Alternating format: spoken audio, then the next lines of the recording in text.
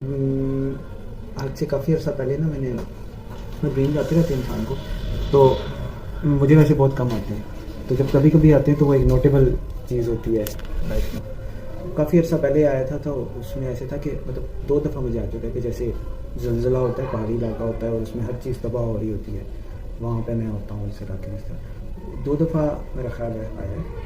اور اس کے بعد انتہائی سختی میں نے دیکھی ہے اپنی لائف میں، انتہائی سختی، یعنی بہت ہی مشکل حالات پرسنل۔ تو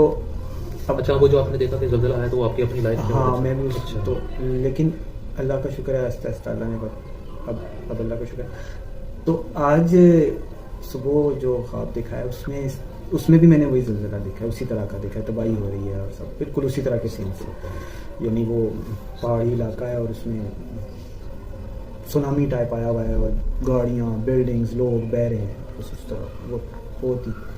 تو لیکن اس میں ایسے ہوتا ہے کہ یعنی کہ وہ میں دیکھتا ہوں بلڈنگز، گاڑیاں، یہ وہ سب اس میں رہ رہی ہیں، تو میں نیچے ہوتا ہوں اپنے کچھ فیملی ممبرس کے ساتھ، اور جیسے فیملی کو بندہ ٹائم دے رہا ہوتا ہے بچوں وغیرہ کے ساتھ، تو سامنے سے نا اوپر پہاڑ کی طرف سے اب میں دیکھ رہا ہوں کہ ہمارے ایک فیملی کے آ رہے ہیں، تو اب جیسے ہم بچوں کو بھی، مجھے بھی انتظار ہے کہ چلے آئیں گے تو بھی ملتے ہیں، لیکن وہ نا اسی جب وہ آتا ہے نا پہلے ٹھیک ہوتا ہے، تو جب وہ آ رہے ہوتے ہیں اس طرح تو وہ سونامی سے شروع ہو جاتا ہے، تو وہ اس کے اندر ہی چلے جاتے ہیں۔ اللہ تعالیٰ سب کو محفوظ رکھے۔ تو اب میں نا وہ میرے ساتھ جو ہوتے ہیں فیملی، تو میں نا بچے وغیرہ ان کو لے کر ایسے ذرا وہ ادھر نیچے آنے لگ جاتا ہے، باہر سے ہم نیچے ہوتے ہیں، تو بچنے کے لیے ذرا سائڈ کی طرف جاتا ہوں، تو وہ اس طرف بھی وہ پانی سے آ ہی جاتا ہے، تو جیسے ہم اس کے اندر گرنے لگتے ہیں، یعنی بس ہوتا ہے کہ اچھا مجھے کنفرم ہوتا ہے کہ میں نکل نہیں جاؤں گا، یعنی ایک ایسے، یعنی مجھے کنفرم ہوتا ہے کہ اللہ کا شکر ہے کہ میں حق پہ ہوں، حق کی بات کر رہا ہوں۔ یہ سونامی، یہ وہ جب آ بھی رہا تھا مجھے کوئی خوف اور وہ چیز نہیں ہوتی، اور وہ ایون جب وہ بھی ہوتے ہیں تو مطلب بس مجھے یہ ہوتا ہے کہ میں ان کو لے کے ذرا سا سائڈ پہ ہو جاؤں، ایزی صحیح ہوتا ہے۔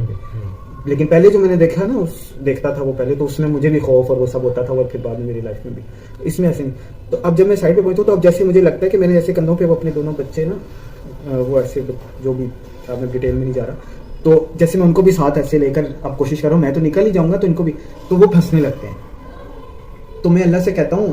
کہ یا اللہ یہ بھی کریں گے مدد، یعنی اب وہ یہ چل رہا ہوتا ہے کہ یہ جو ہم خیر کا کام کر رہے ہیں، یہ بتا رہے ہیں کہ محمد قاسم امام مہدی ہوں گے انشاءاللہ فیوچر میں، اور یہی حق ہے جو محمد قاسم کی طرف سے آ رہا ہے، اور یہ جو ہماری پوری کاز ہے اس کا میں اللہ سے کہہ رہا ہوتا ہوں کہ اللہ یہ بھی کریں گے۔ جو ہی میں یہ کہتا ہوں نا تو وہ،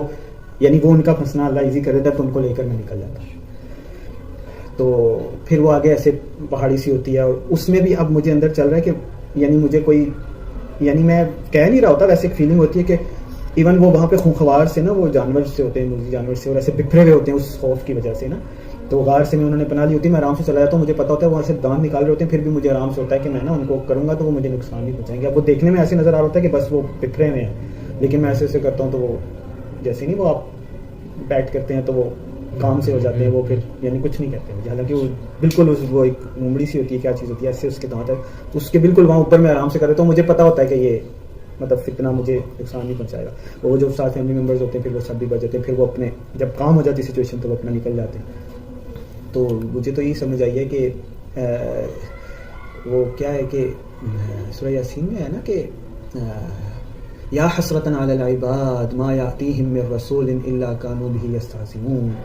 ہائے حسرت بندوں کے اوپر کہ جب بھی اللہ تعالیٰ کوئی بندہ اور کوئی پیغام اپنی طرف سے بھیجتا ہے، وہاں تو انبیاء کا ذکر ہے لیکن ویسے بھی اس میں مجددین، مصلحین، اللہ کی طرف سے خیر کی طرف بلانے والے سب کا اس میں آ جاتا ہے، الا کانوا بہ یستہزئون، لیکن وہ اس کا ضرور مذاق اڑاتے ہیں۔ تو یہ صورتحال یہاں پر بھی ہے، جو ہم بات حق کی کوشش کر رہے ہیں اللہ کی طرف سے پہنچانے کی، اس میں بھی یہی صورتحال ہے کہ لوگ اس کا مذاق اڑا رہے ہیں،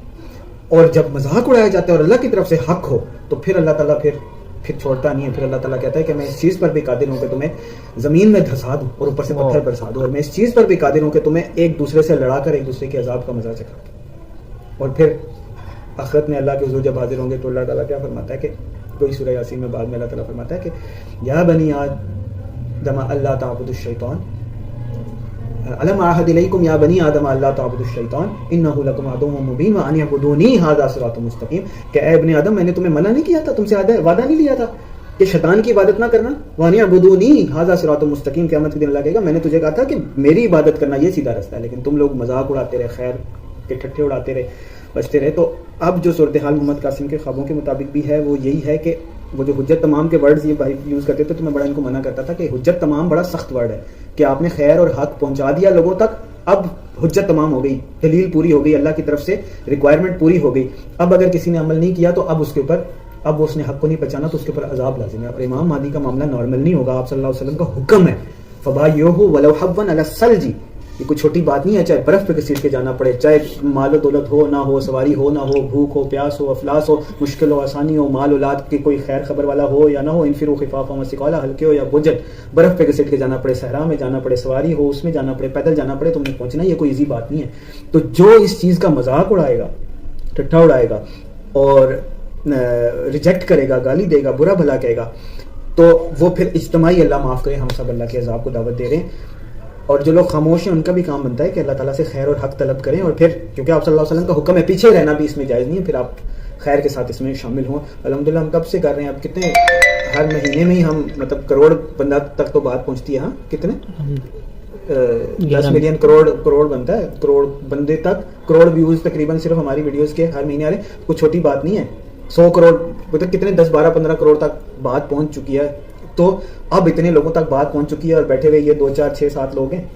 جنہوں نے صرف اس کو ایکسیپٹ کیا. تو پھر کیا ہے, حضرت نوح علیہ السلام نے کہا تھا نا کہ اللہ میں نے ان کو بتایا, ڈرایا, سمجھایا, ہر چیز کی, اب میں ان سے بری ہوں, تو جانے یہ جانے. پھر حضرت نوح علیہ السلام اور جو اہل خیر تھے اللہ تعالیٰ نے ان کے نکلنے کا بندوبست فرمایا, باقی سب کو پانی کے عذاب نے آ لیا. تو اللہ تعالیٰ ہم سب کو محفوظ رکھے, اور یہ یاد دہانی ہے, سب لوگ یاد کریں. اور یہ ویڈیو آپ تک بات پہنچ گئی ہے, یہ اتفاق سے یہ بھی بنا رہے ہیں, تو ہر بندہ میک شور کرے کہ آپ کا ہر اہل خانہ اور آپ کے تمام دوست احباب, تمام گروپ ممبرز, تمام واٹس ایپ کانٹیکٹس تک یہ بات پہنچ جائے. بلغوا انی ولو آیا, جیسے آپ صلی اللہ علیہ وسلم نے فرمایا تھا کہ مجھ سے ایک آیت بھی سنو تو آگے ضرور پہنچاؤ. اسی طرح جو خیر اور حق کی بات ہے, آپ صلی اللہ علیہ وسلم کے حکم کا آج کے دور میں امپلیمنٹ کرنے کی بات ہے, اس کو بھی ہر کانٹیکٹ تک ضرور پہنچاؤ.